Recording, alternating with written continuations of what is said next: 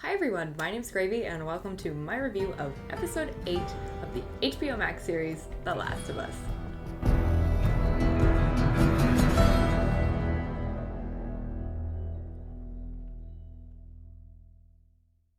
Alright, spoiler warning, you know the drill.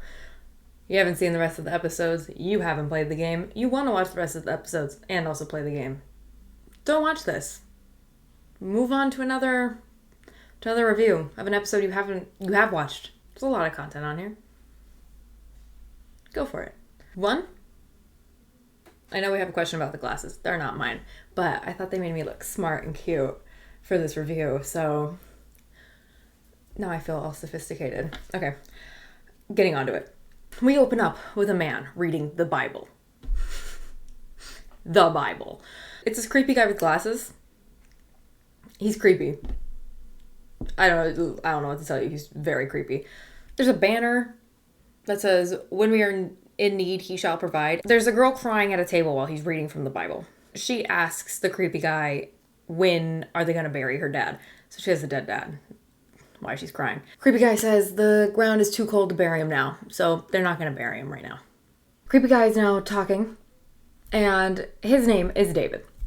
And he's talking to other members of his group, and you can tell that they do not have enough food. Their rations are dwindling, and they are a pretty substantial group. So they're struggling to get enough food for them. Then we meet James, who's played by Troy Baker, who is Joel's voice actor. Fantastic. Very excited to see him. Flash to Ellie and Joel, who are still, struggling. Ellie is still trying to get him to wake up. Ellie is giving Joel water, through her fingers, and you can tell that they don't have a lot of food. She's literally feeding him, crumbs. Very, very little food left. And after this, we see Ellie go hunting. They obviously need more food. She sees a rabbit. She goes to chase after it, which, obviously, bad idea. And then she trips and falls, and then the rabbit's gone. A little while later, she sees a deer, and she shoots the deer, because she was taught how to hunt. She's nailing it out here.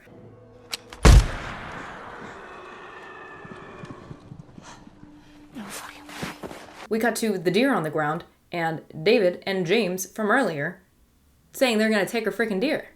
They're like, oh, we don't see the person around, so we're just going to take it. Hunt your own effing deer. Ellie comes out with her gun, and she, has her voice lowered and stuff, and is pointing the gun at them. Very proud of her. They tell her, well, they're part of a large group, so they need the deer, and then she says, well, I'm part of a large group. Fully lying. They mention that they can exchange part of the deer for other goods, like medicine. And at that, Ellie's pretty excited, because she can get medicine to stop Joel's infection. So David sends James off back to their thing to get her penicillin. Bring back 2 bottles and a syringe. It's not code, James. Do as I said. He said it's going to take a while, so, let's set up a fire. So they go into, an old shack, and he's trying to make conversation with her. He tells her that there's room for her in the group, and everything he's saying, feels pretty cultish, right? He feels a little culty. He's a little weird. And Ellie mentions this because it feels cultish. He says, no, I'm just a preacher. Says every cult leader. He also mentioned something interesting, is that he found God after the apocalypse. I found that to be an interesting little bit of information. I believe everything happens for a reason. It does. I can prove it to you. Okay. After all this, David mentions that he sent out 4 men to go look for food not that long ago, and only 3 came back. Turns out he was murdered by this crazy man. And get this. That crazy man was traveling with a little girl. Yikes. Must be the guy that stabbed Joel. At this point, Ellie needs to, get out of there. You see? Everything happens for a reason. James, lower the gun. James comes back at this exact time. He gives her the medicine, and she leaves the whole deer there, and she books it. Ellie obviously doesn't know how to, do medical stuff, so she has a syringe, and she injects the penicillin straight into his wound. Just straight in there. It's at least he's asleep, because, oh my God, that would be terrible. After she administers the penicillin. She then lays next to Joel in a very heartwarming moment and leans against him, and his head very subtly leans against hers in his sleep. And I love that. We jump back to David. Someone comes out with a bucket, and it has meat in it, and it's looking like really red and pretty gross. And the lady's like, "Oh, what kind of meat is that?" What is it? Venison. Oh, okay. And so she throws it in a pot. They're making it for dinner. James and David then come back from their little excursion with Ellie, and they brought back a deer. Yay. They've all heard at this point that the little girl who killed the other girl's dad is, around. They know where she is. So the little girl who's crying from earlier basically wants her dead. She wants both of them dead. After she says this out loud, David goes up to her and slaps her across the face. Yeah. He's not a good guy. Back to Joel and Ellie. It's morning time now. She gives him another injection straight in the wound. Just straight in there. Ellie's getting the horse some snow to, have to chew on. She sees birds flying. So there's definitely people around. Ellie then looks and sees a group of men walking. They aren't going to kill her. They're going to kill Joel and then bring her back to their group. And the other men seem pretty upset about the fact that they're going to have another mouth to feed when they can't even feed their own society right now. Ellie runs back into the house. Joel is half awake. Ellie gives him a knife. Okay, look at me. There are men coming, okay? I'm gonna lead them away from you. But if anybody makes it down here, you fucking kill them. You got it? Ellie then gets on her horse, starts shooting at the guys, and starts running in the opposite direction of Joel so they'll follow her. As she's on her horse, James aims and then shoots the horse, and I closed my eyes because I didn't want to see the horse fall over and die. I just knew it was coming too. Ellie's now on the ground. They're obviously going to capture her because she just took a hard fall off of this horse. Do it.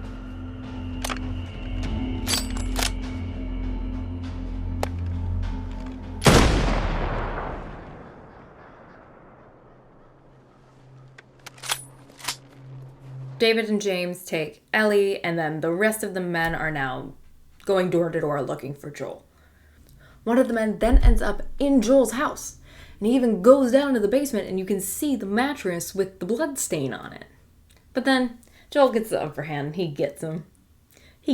So that guy's dead, and now Ellie is waking up in, a jail cell. At this point, David calls her a dangerous person, which obviously is foreshadowing for future events.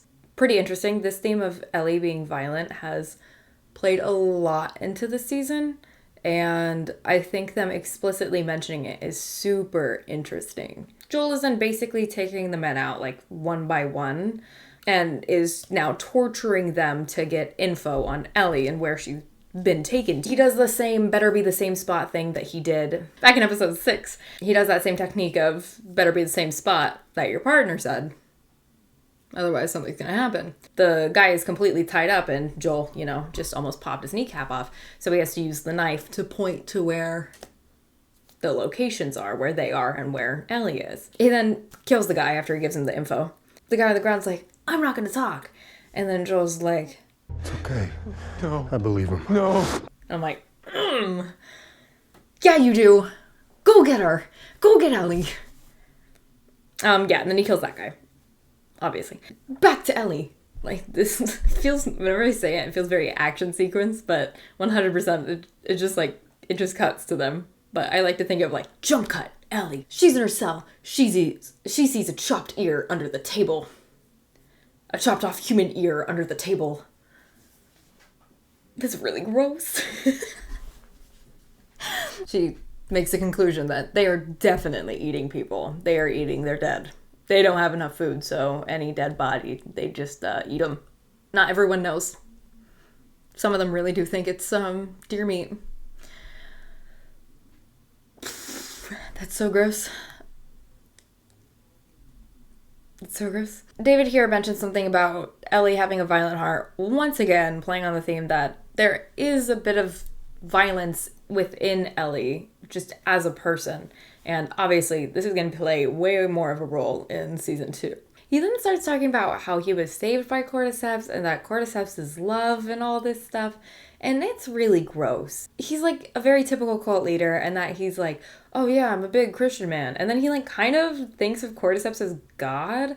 And then that's super, super weird. So he's obviously like, nothing he says can be believed. He's just a very manipulative guy because his own values just do not match up, like, at all. He tells her he just wants an equal. He wants a friend. And at this point, it feels very child bride-ish. Like, he wants a wife. That's so gross. It's disgusting. He's so gross. He's terrible.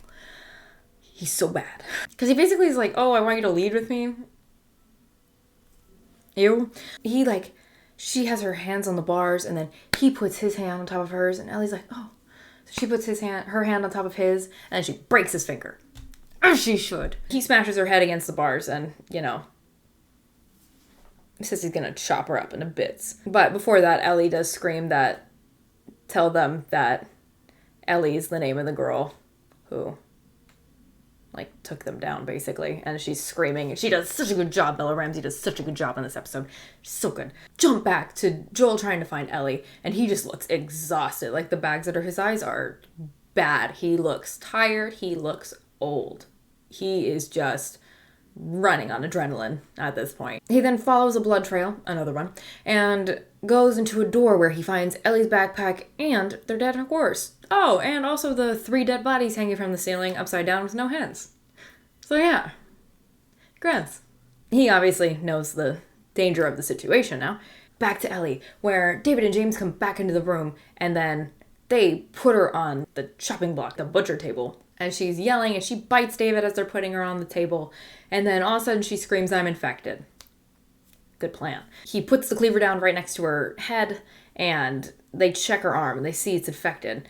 And they're, like, kind of debating on whether it's real or whether she's, like, sick or whatever. They're, like, really trying to figure it out. Everything happens for a reason, right? Then she takes the cleaver and just chucks it into James. And then James falls on the ground and dies. And that's the end of Troy Baker. But I appreciated him in it. I loved it. She then runs out. David shoots at her, but doesn't hit her. And then Ellie takes a log out of the fire, waits for David to come, and then chucks it at him. Misses and hits another portion of this, like, area, of the dining area. And everything is going up into flames now because of that.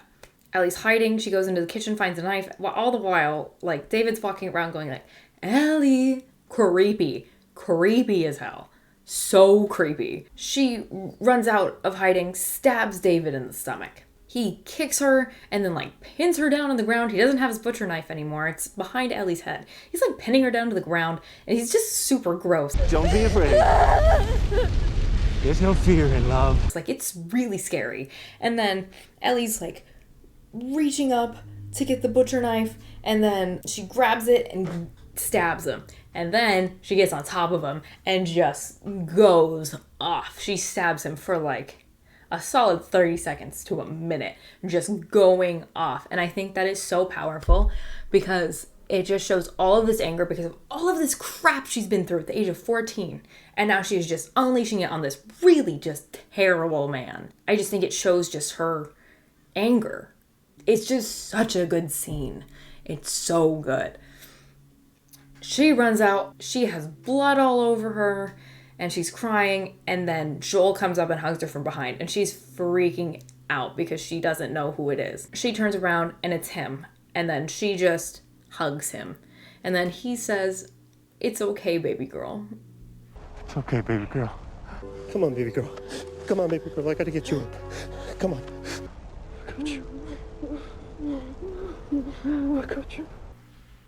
Which, the last time he said this was to Sarah. And it's so good. It's so good. That is his daughter now. And he loves her. He then covers her in his jacket and they walk away. And that's the end of the episode. Obviously, just a fantastic episode. David, just so creepy. Loved having Troy in this. Hearing Joel's voice. Just fantastic. Bella Ramsey as Ellie is just really the perfect casting. She did such a good job portraying the violence and the fear and the survival instincts of Ellie in this. And I just think she's done a fantastic job. I just think this was just absolutely the pinnacle. It also shows how the lengths Joel is willing to go to for Ellie, and I think that's very interesting. And, you know, I support it. He does what he has to do for his baby girl. Can't tell me anything different. Yeah, I think that's all I have to talk about. Like I said, the themes of Ellie and her internal violence, I think that's really interesting. And I'm very excited to see how everything plays out in the next episode, which is the finale. And I'm just super excited for all of that. Thank you so much for watching. You can hit the subscribe button if you liked this review, or if you just want to see future reviews or more content. Also, hit the notification button so you can get alerted for that new content. And then, you know, leave a comment on what you liked, what you didn't like, and what your thoughts were on the episode. Also, it would be greatly appreciated if you could leave a like. Gives me a lot of support, and I really appreciate it. So once again, thank you so much for watching, and I hope you have a great rest of your day. Goodbye! After all we've been through. Can't be for nothing.